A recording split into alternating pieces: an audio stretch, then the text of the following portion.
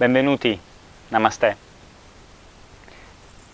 In questo breve video andremo a vedere una sequenza sulla posa del piccione Kapotanasana, che nella pratica dello yoga è possibile eseguire in tantissimi modi diversi, in piedi.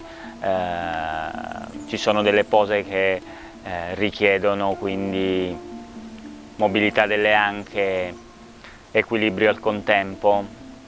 La posa del piccione, che è molto utile ad allentare la tensione in un muscolo in particolare che è il piriforme,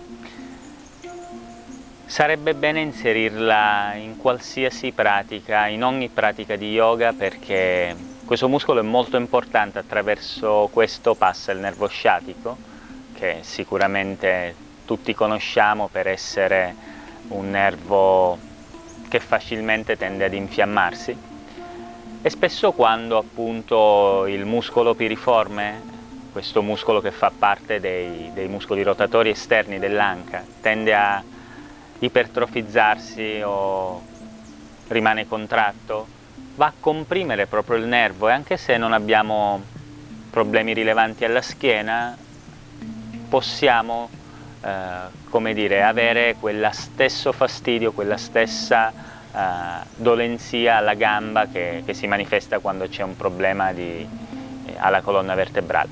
E oggi vediamo come appunto allungare questo muscolo, quindi lavorare attraverso la posa del piccione, distesi, quindi in una modalità un po' più,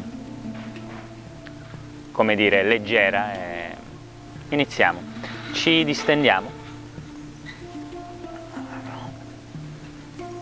posizioniamo il piede sinistro sull'esterno della coscia destra, le braccia rilassate sui fianchi, e per alcuni istanti in maniera attiva andiamo a ricreare questo tipo di apertura nell'anca, cercando di attivare quindi i muscoli esterni, rotatori esterni, per cercare di avvicinare il ginocchio sinistro, in questo caso alla caviglia destra, il piede a martello per proteggere il ginocchio, e dopodiché sollevi il piede destro e afferri la tibia o il ginocchio passando il braccio sinistro in mezzo. Generalmente, se stiamo lavorando sulla sinistra, il peso tende a spostarsi un po' verso sinistra. Prova a riequilibrare il tutto trazionando verso la spalla destra, spostando peso verso destra. Ed utilizza il respiro per interagire con il sistema nervoso, quindi attraverso il respiro proviamo ad allentare la tensione. E più avvicini la gamba a te, più provi ad allontanare il ginocchio dalla spalla.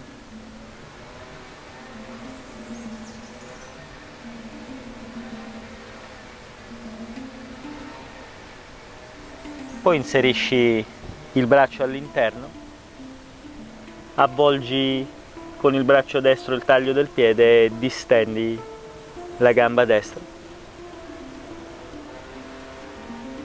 Mantieni questa posizione, che vede un maggior coinvolgimento dei muscoli del corpo.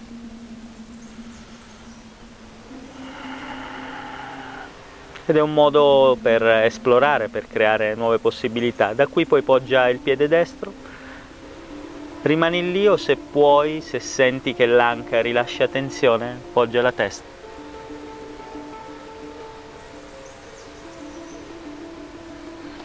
Ed eventualmente, aprendo l'anca destra all'esterno, ti lasci ruotare. E quindi continuare ad esplorare, ovviamente in funzione di come modifichiamo la posizione del corpo in relazione allo spazio, l'effetto di una posa può cambiare, possiamo avere sensazioni diverse, possiamo agire in modo diverso. Ritorna lentamente al centro. Riporta la coscia a contatto con la caviglia sinistra, riafferra il ginocchio, allunga la zona cervicale,